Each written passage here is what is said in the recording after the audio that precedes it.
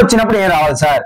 తుమ్ వచ్చినప్పుడు మనం తుమ్ వచ్చింది మనం ఏం చేస్తాం? హోల్డ్ చేయకూడదండి, హోల్డ్ చేయకూడదు. తుమ్ వస్తే తుమ్మేయాలి. తుమ్ అంటే యు అని అర్థం అండి. మిమ్మల్ని గుర్తుపెట్టుకోవడం కోసం చెప్తున్నాను. తుమ్ వచ్చినప్పుడు మనం హోల్డ్ చేయకూడదు. హోల్డ్ చేయకుండా హో రాసేయాలి. హోల్డ్ చేయకుండా హో రాసేయాలి. సో తుమ్ వచ్చింది. తుమ్ వచ్చినప్పుడు పాట్ పడతా హే అన్నాడు. ఇది రాంగ్ అండి. పాట్ పడతా హే అనకూడదు. తుమ్ పాట్ పడితే ఈ తా కాస్త ఏవాలి, తేవాలి. ఎందుకు సార్? యు అనేది మీనింగ్ అండి. యు అనేది ఏకవచనం అవ్వచ్చు, బహువచనం అవ్వచ్చు. కాబట్టి బహువచనంగా తీసుకుంటామండి. తుమ్ రైట్ ఆన్సర్ ఏమవుతుందండి? తుమ్ పాఠ్ పాఠ్ పడతే పడతే హో రావాలండి. గుర్తుపెట్టుకోండి, హోల్డ్ అని చెప్పారు కదండి. హో రావాలి. తుమ్ము వచ్చినప్పుడు ఏం రావాలి? హో రావాలి. తుమ్ము వచ్చినప్పుడు హో రావాలి.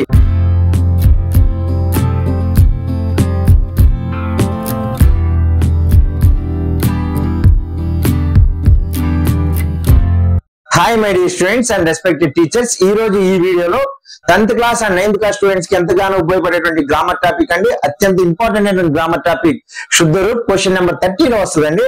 దాన్ని క్లియర్ గా ఎక్స్ప్లెయిన్ చేస్తాను. ఈ వీడియోని ఎక్కడా మిస్ చేయకుండా చివరి వరకు చూడండి. క్వశ్చన్ నెంబర్ 30లో క్వశ్చన్ ఏ విధంగా ఇస్తాడు? హమ్ బహుత్ ఫల్ చాహియే, హమ్ బహుత్ ఫల్ చాహియే అనేటువంటి వాక్యం ఇచ్చి, అంటే ఏదో ఒక వాక్యం ఇస్తాడండి. ఆ వాక్యాల బ్రాకెట్ ఏ విధంగా అంటాడు? ఈ వాక్య का शुद्ध रूप विकल्पों में से पहचान कर लिखिए లేదా వికల్పం में से चुनकर लिखिए అంటాడు. అప్పుడు దీంట్లో గ్రామర్ మిస్టేక్ ఉంటుందండి. సెంటెన్స్ ఫార్మేషన్ రాంగ్ ఉంటుంది. దాన్ని మనం కరెక్ట్ చేయాలి. 3 ఆప్షన్స్ ఇవ్వడం జరుగుతుంది. 2 ఆప్షన్స్ రాంగ్ గా ఇస్తాడు. ఒక ఆప్షన్ మాత్రమే కరెక్ట్ అవుతుంది. ఇక్కడ హమ్ కి చాహియే ప్రయోగం అండి. ఇది చాహియే ప్రయోగంతో ఉంది.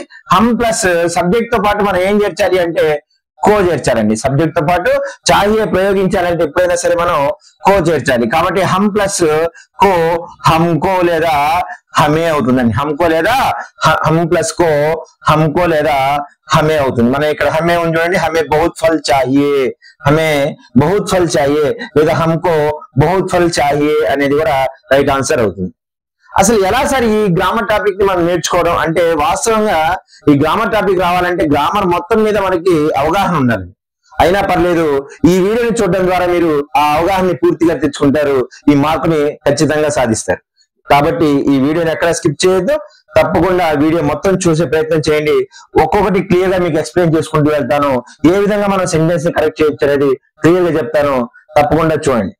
మై డియర్ స్టూడెంట్స్, ఏంటి ఎగ్జాంపుల్ లో మనం చాహియే ప్రయోగం చెప్పుకున్నాం కాబట్టి, చాహి అనేది యాక్సిలరీ వర్బ్ అండి వాస్తవంగా. అలాగే ఇక్కడ హే, హోనా, పడనా అనేవి కూడా కండిషనల్ వెర్బ్స్ అంటామనండి. వీటిని కూడా అబ్జర్వ్ చేయండి. ఇవి వచ్చినప్పుడు క్రియ సామాన్య రూపంలో ఉంటుందండి. ఫర్ ఎగ్జాంపుల్ సామాన్య రూపం అంటే ఫర్ ఎగ్జాంపుల్ సామాన్య క్రియగా ఉంటుంది, నాతో ఉంటుంది. ఫర్ ఎగ్జాంపుల్ ఖానా, ఆనా, పీనా, జానా ఇలాంటివన్నీ కూడా సామాన్య క్రియా రూపం అంటామండి. సామాన్య క్రియా రూపంలో ఉంటుంది, గమనించవచ్చు. ఇప్పుడు చాహియే వచ్చినప్పుడు కానీ, హే అని వచ్చినప్పుడు కానీ, హోగా అని వచ్చినా కానీ, పరా అని వచ్చినప్పుడు కూడా మనం ఎలా ఉంటుందంటే దాదాపుగా క్రియాపదం సామాన్య రూపంలో ఉంటుందండి. సామాన్య రూపంలో ఉంటుంది. ఇలాంటి సందర్భంలో గుర్తుపెట్టుకోండి. ఫస్ట్ రూల్ చెప్తున్నాను మీకు, ఒక ఫస్ట్ మోడల్ చెప్తున్నానండి మీకు. చాహియే వాక్యంలో ఎక్కడైనా సరే చాహియే ఉన్నా లేదా హే అని ఉన్నా, హోనా అని ఉన్నా, పడనా అని ఉన్నా అంటే అక్కడ దానికి ముందు క్రియాపదం సామాన్య క్రియా రూపంలో ఉన్నాయి అంటే అప్పుడు ఇది కండిషనల్ గా ఉన్నట్టు.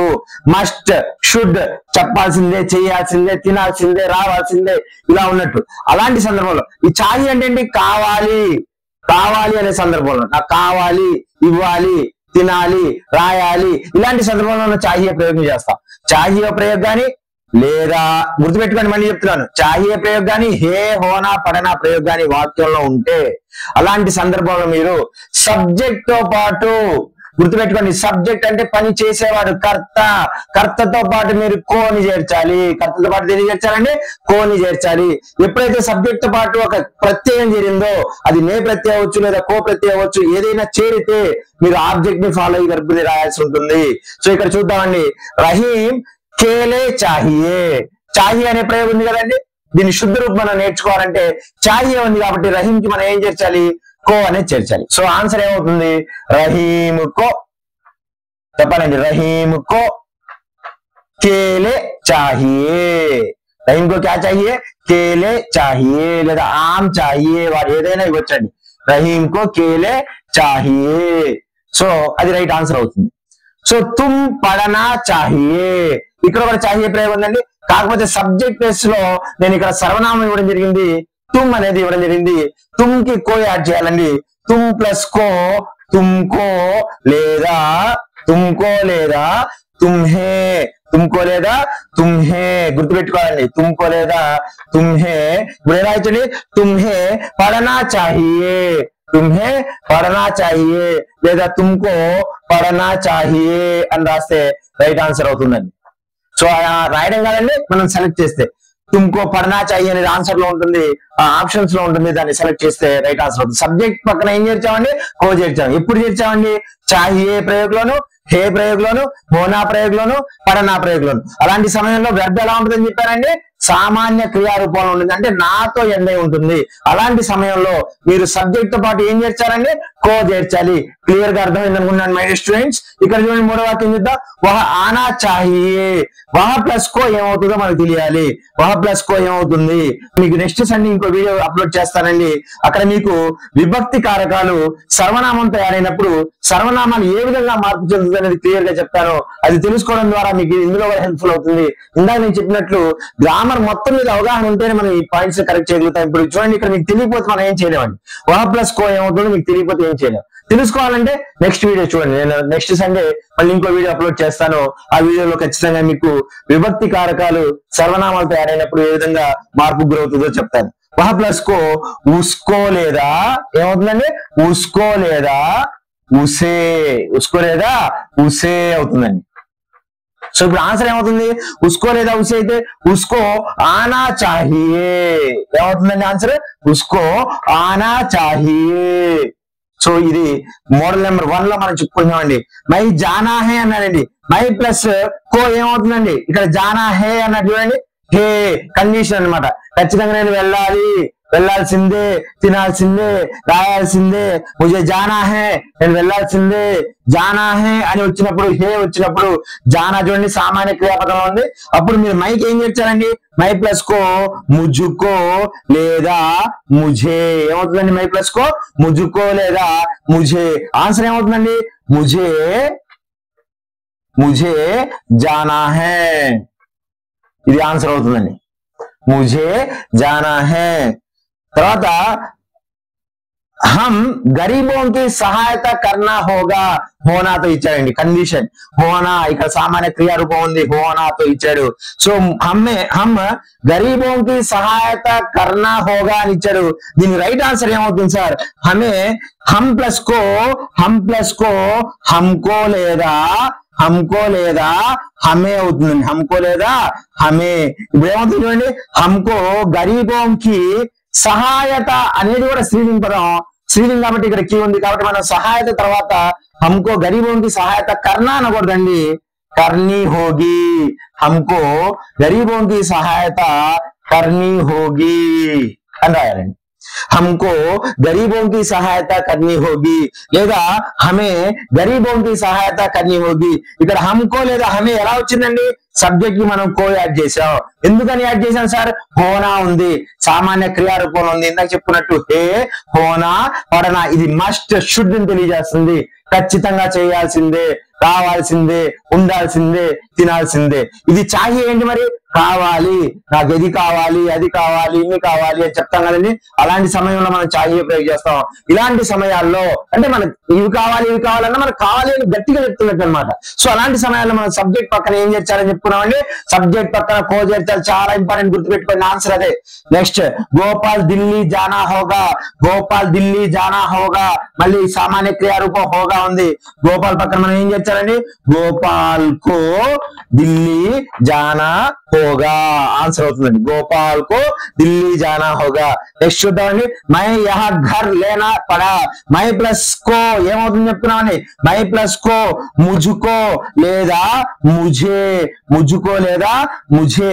ముझे యహ ఏమవుతుందండి, ముझे యహ ఘర్ లేనా పడా అని రాస్తే రైట్ ఆన్సర్ అవుతుందండి. సో ఫస్ట్ మోడల్ ఇదండి. ఫస్ట్ మోడల్ మీకు అర్థమైంది అనుకుంటున్నాను. సెకండ్ మోడల్ కూడా దీనికి రిలేటెడ్, సర్వనాంకి రిలేటెడ్ చూద్దామండి.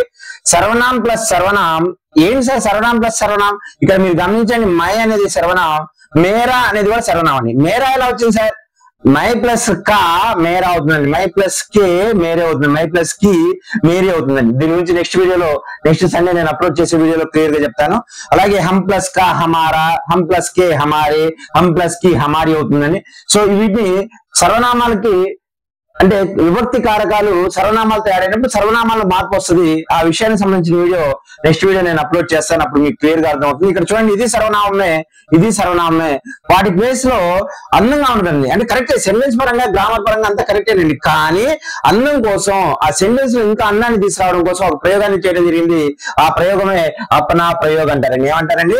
అపనా ప్రయోగం. వాస్తవంగా అపనా అనేది నిజవాచక సర్వనామం అండి. సర్వనామాలు రెండు రాకుండా ఆ ప్లేస్ లో మనం ఇంకో సర్వనామాన్ని తీసుకుంటాం, అదే నిజవాచక సర్వనామం, అదే అపనా ప్రయోగం. అపనా అనేది పుంలింగ ఏకవచనప్పుడు తీసుకుంటామండి, అపని అనేది పుంలింగ బహువచనం, అపని అనేది స్త్రీలింగ ఏకవచనం, స్త్రీలింగ బహువచనం. అసలు కన్ఫ్యూజ్ అవ్వాల్సిన అవసరం లేదండి. వాడే క్వశ్చన్ ఇస్తాడు, 3 ఆప్షన్లు ఇస్తాడు, అందులో మనం ఒకటి సెలెక్ట్ చేయాలి.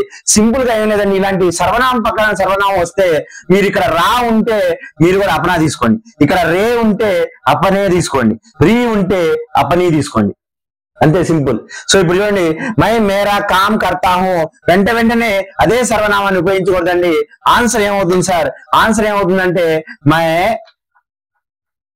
అపనా కామ్ కర్తా హూ అనే వాక్యం మీరు సెలెక్ట్ చేసుకుంటే రైట్ ఆన్సర్ అవుతుంది. మై అపనా కామ్ కర్తా హూ అనేటువంటి, ఇక్కడ మేరా ప్లేస్ లో ఏం చేశానండి? అపనా తీసుకున్నాను, ఎందుకంటే ఇక్కడ రాత ఏంటి కాబట్టి అపనా తీసుకున్నాను. हम हमारे देश से प्यार करते हैं, हम हमारे देश से प्यार करते हैं. ఇక్కడ హమ్ సర్వనామం, మళ్ళీ అదే సర్వనామం తీసుకున్నాడు, దాని ప్లేస్ మనం ఏం తీసుకోవాలండి? అపనే. ఏం తీసుకోవాలండి? హమ్ అపనే దేశ్ సే, హమ్ అపనే దేశ్ సే ప్యార్ కర్తే హై అనే వాక్యాన్ని మీరు సెలెక్ట్ చేసినట్లయితే అది రైట్ ఆన్సర్ అవుతుంది. అలాగే తుమ్ తుమ్హారీ బహన్ కా నామ్ బతావో, తుమ్ తుమ్హారీ అన్నాడండి. సో తుమ్ మళ్ళీ వచ్చింది, మళ్ళీ ఇక్కడ తుమ్ తోనే వచ్చింది. సో సర్వనామం పక్కన సర్వనామం వస్తే మనం ఏం చేయాలన్నా ఉండండి, అపనా ప్రయోగం చేయాలి. ఇక్కడ ఏమొస్తుంది సార్? రీ ఉంది కాబట్టి మనం అపని తీసుకోవాలి. అపని బహన్ కా నామ్ బతావో, తుమ్ అపని బహన్ కా నామ్ బతావో. అలాగే వహ ఉస్కా, వహ ప్లస్ కా ఉస్కా అవుతుందండి, మళ్ళీ వహ ఉస్కా రెండింటిలో కూడా వహ ఉందండి. సో ఇలాంటి సందర్భంలో మనం ఏం చేయాలంటే ఇక్కడ కా ఉంది కాబట్టి మనం వహ అపనా ఘర్ జాతా హై, వహ अपना घर जाता है, वह उसका घर जाता है అనకూడదండి, वह अपना घर जाता है అనాలండి. సో ఇది రెండో మోడల్ అండి. అలాగే మూడో మోడల్ కూడా చూద్దాం. మీది అర్థమైంది అనుకుంటే ఈజీ అండి, చాలా ఇంపార్టెంట్. ఇది ఎక్కువ సార్లు ఎగ్జామ్స్ లో వచ్చిన మోడల్ కూడా ఇదేనండి. ఏంటంటే ఫర్ ఎగ్జాంపుల్ హమ్ హమారే దేశ్ సే ప్యార్ కర్తే అంటే సింపుల్ గా ఇక్కడ రే ఉంది, హమ్ ఉంది కాబట్టి అక్కడ అప్నా ప్రయోగం చేయాలి. అప్నా ప్రయోగం చేయాలి అంటే అక్కడ రే ఉంది కాబట్టి నేను తీసుకుంటాం, హమ్ అప్నే దేశ్ సే ప్యార్ కర్తే హై.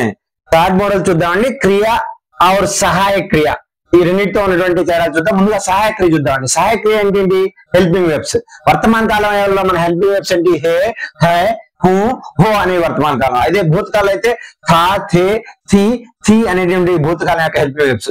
వీటిని తేడాగా ఇస్తారండి, వాటిని మనం కరెక్ట్ చేయాలి. ఎక్కువగా వర్తమాన కాలం సంబంధించినవి ఇవ్వడం జరుగుతుందండి స్టూడెంట్స్ గా. మీకు ఇక్కడ చూడండి, అన్ని కూడా వర్తమాన కాలంలో ఉన్నటువంటి వాటిని ఇవ్వడానికి ట్రై చేశాను నేను.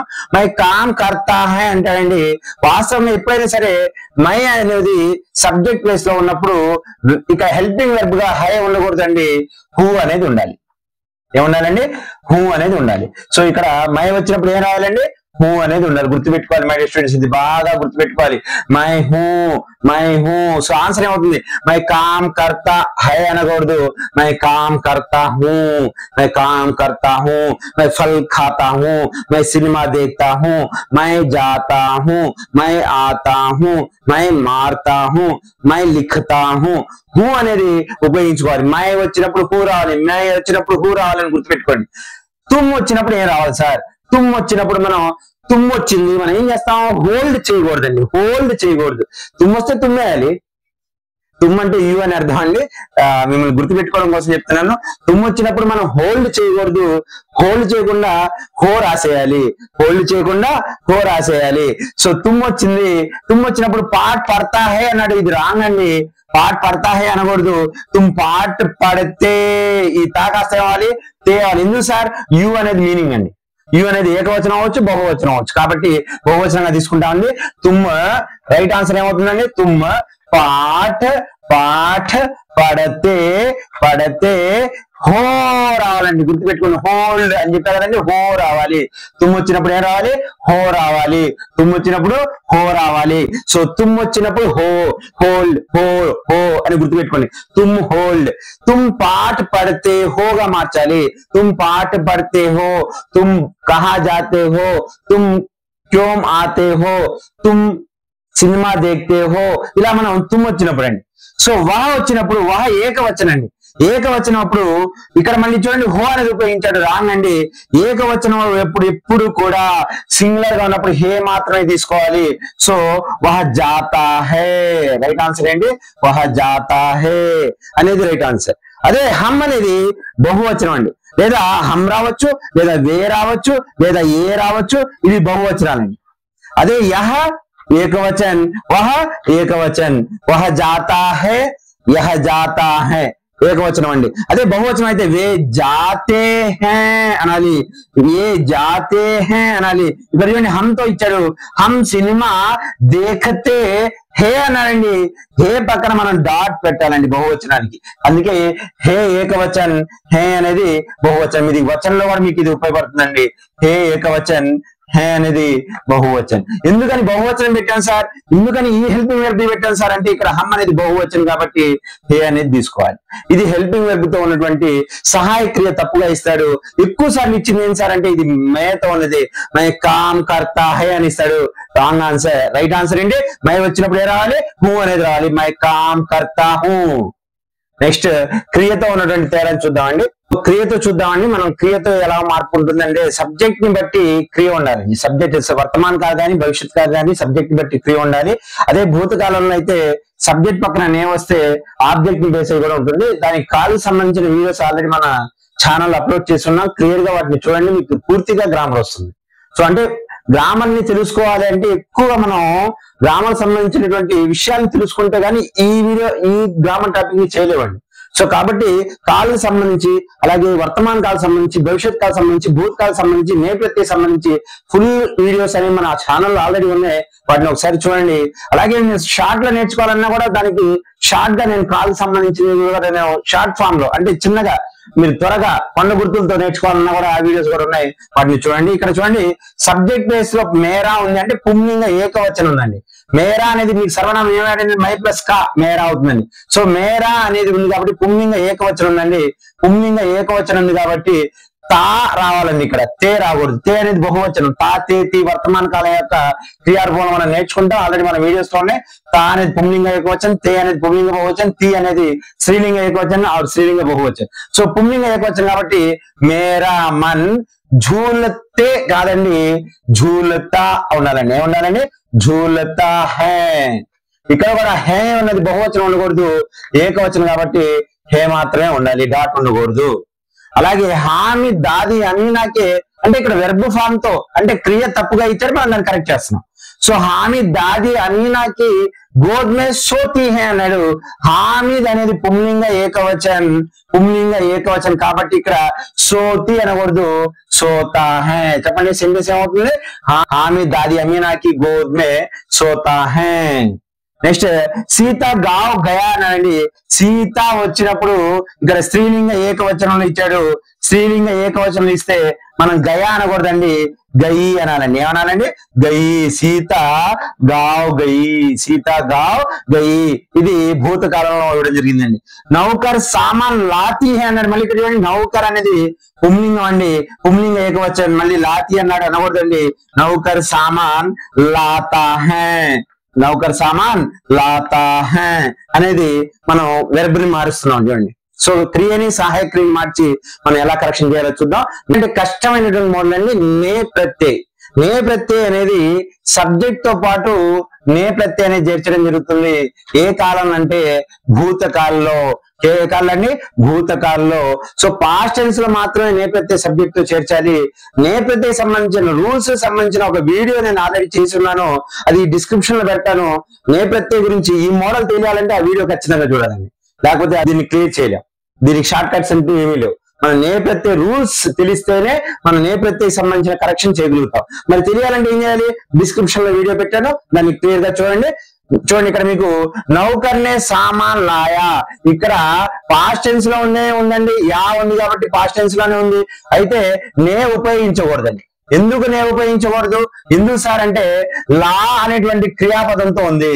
లా బోల్ భూల్ చెప్పాలండి. లా బోల్ భూల్, లా బోల్ భూల్, లగ్ సక్ చుక్, లగ్ సక్ చుక్, లా బోల్ భూల్, లగ్ సక్ చుక్ అనేటువంటి క్రియలు వచ్చినప్పుడు నే ప్రత్యయని వాడకూడదండి. అది సకర్మకం అయినా సరే నే ప్రత్యయని వాడకూడదు భూతకాలంలో.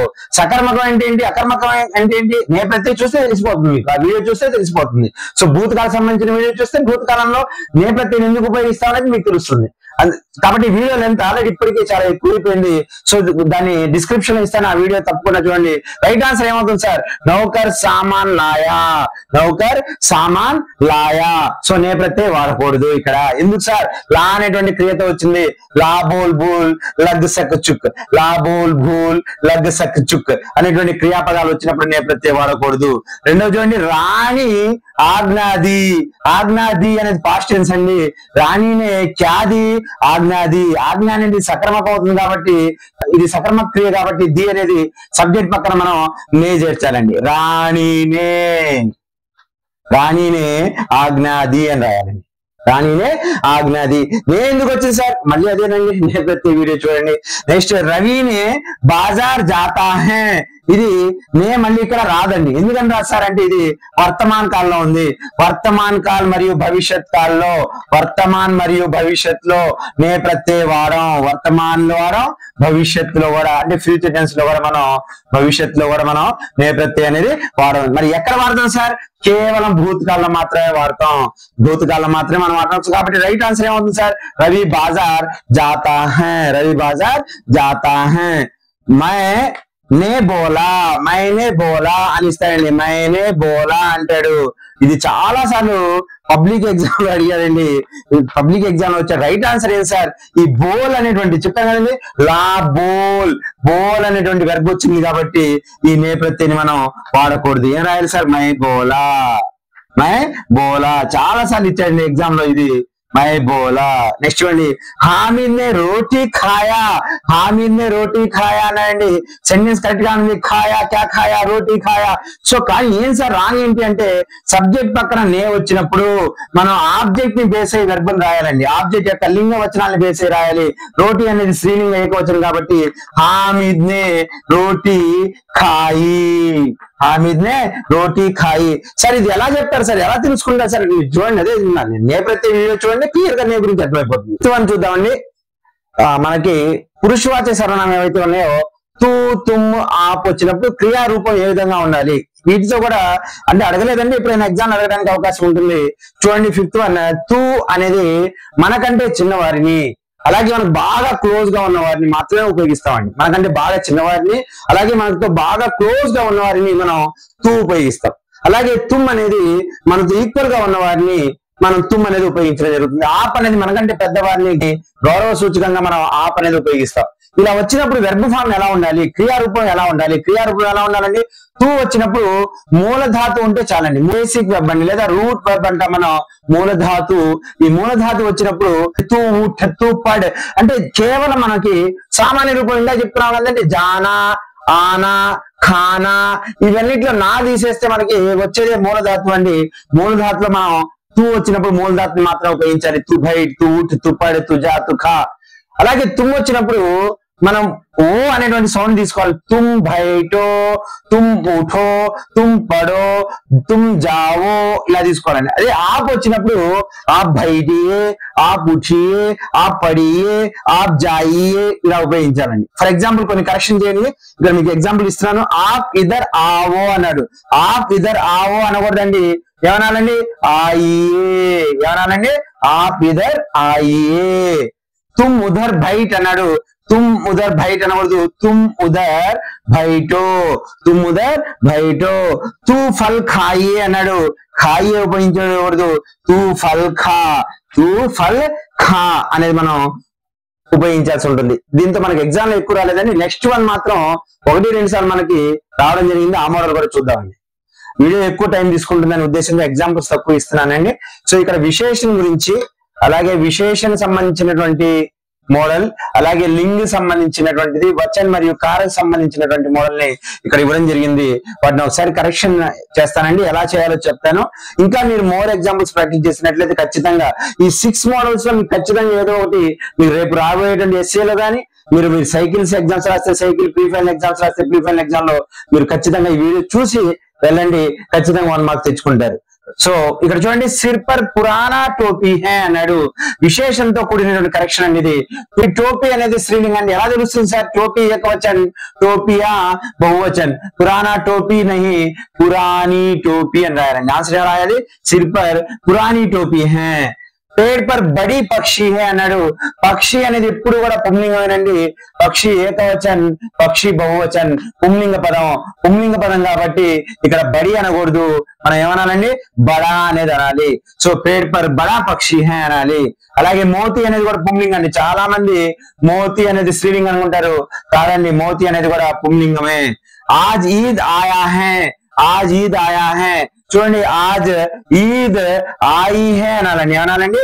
ఆజ్ ఈద్ ఆయి హే. ఇక లింగ్ సంబంధించండి.